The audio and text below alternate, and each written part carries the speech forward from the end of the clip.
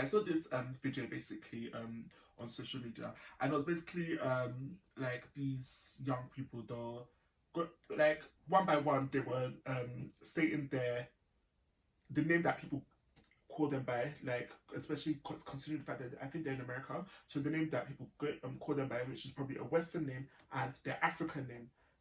So yeah, and it really just brought to my attention something that we're very much aware of. After all, like that is also our reality. Bruh, the perfect example, Shabuzi. Lol.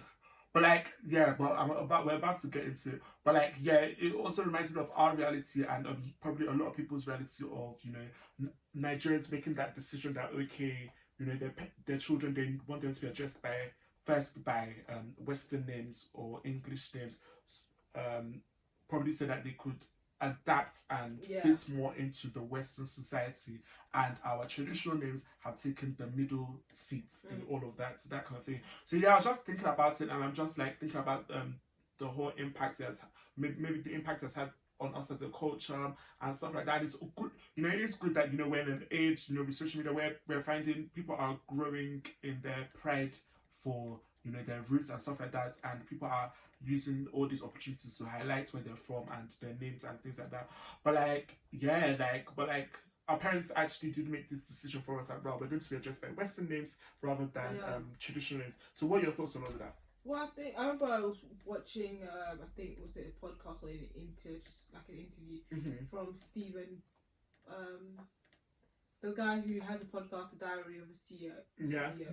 And he was talking that his mother made sure that he had a English name. Yeah.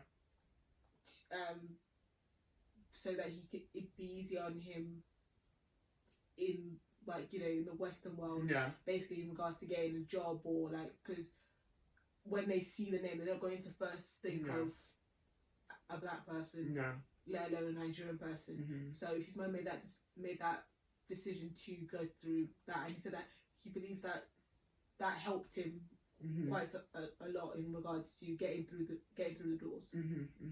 So yeah, it's what's it called? I wouldn't say it's the norm. I would say that I've never really thought that deep into it, because that's what I just see.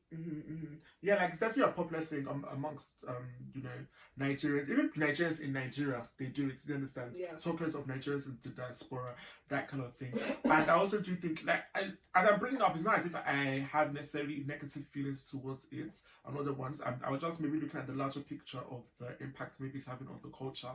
But what I would say is that also, like, our parents were in a different position that we are in right now. Whereas, like, when they were, you know, growing up in life, you know, moving, you know, growing up in life, you know, making these big moves, whether it be across the pond or hoping to do business that takes them across the pond, that kind of thing, and considering, you know, the struggles they have been through, and it's almost like a defense mechanism, that kind of thing. Defense mechanism that occurred when they were making these decisions, in my opinion. And I think it stems back to their times were a lot more different than, as much as there's still a long way for us to go, but then I feel like it was a necessity for them to adapt. Do you understand? Nowadays it's like the more unique, people are trying their hardest to have unique names or have names that stand out. Yeah, I think what it's like, people are bringing awareness to diversity. That's what it is. There's a lot more investment into bringing awareness to diversity, and it's almost becoming a thing like we can't avoid it anymore. That kind of thing, you know, diversity and things like that. So people cannot excuse it. Do you understand? Like, whereas before it's like, they could, you know, write you off just because of your colour. They could write you off just because of your background, that kind of thing. But now it is getting better. It's not completely better, but it's getting better.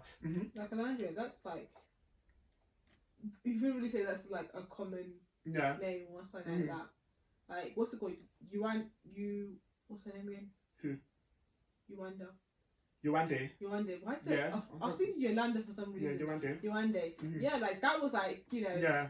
To a lot of people, that was like. Yeah, that's exactly. I didn't even think of that, but that was actually a big deal. That was a big deal. It's unavoidable. It's unavoidable. This guy's a Nigerian babe. You literally have to say it. Yeah, one day. As much as you guys might not be saying it correctly, but like you had to say the name. What's her name? What was his name?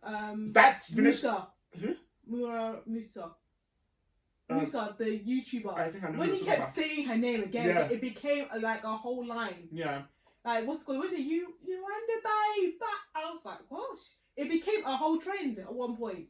No, but yeah, like, but yeah, this comes back to what I'm saying. Like, we have come a long way. You understand? As much as there's still a way to go, but we have come a long way. Where it's like you cannot avoid us because of our names, because of our heritage anymore.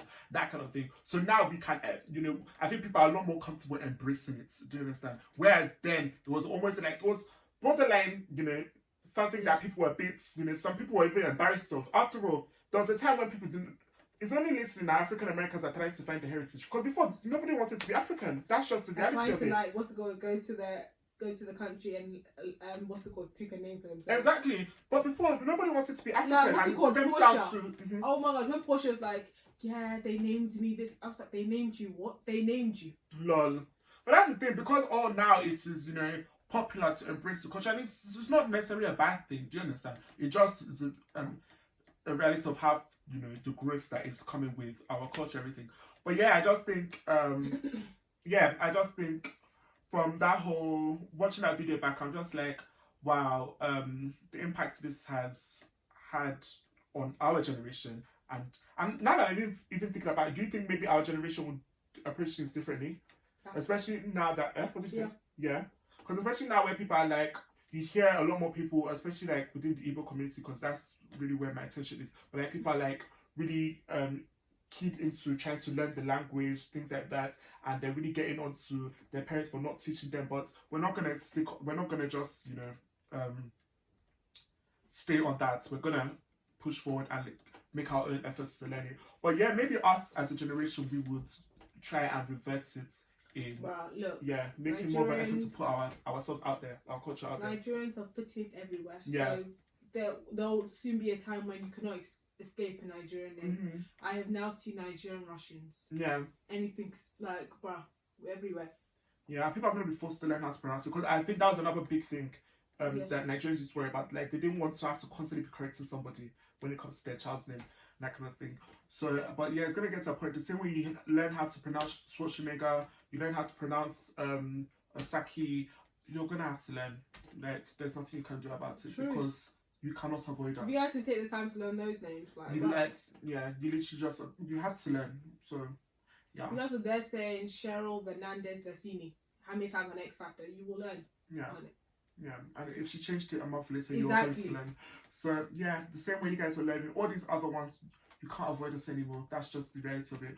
Also, big ups to us Nigerians, big ups to Africans for how far we have come and how far we're going to keep going, because there's a lot of great potential out of the continent and out of us as people. So, big ups to us.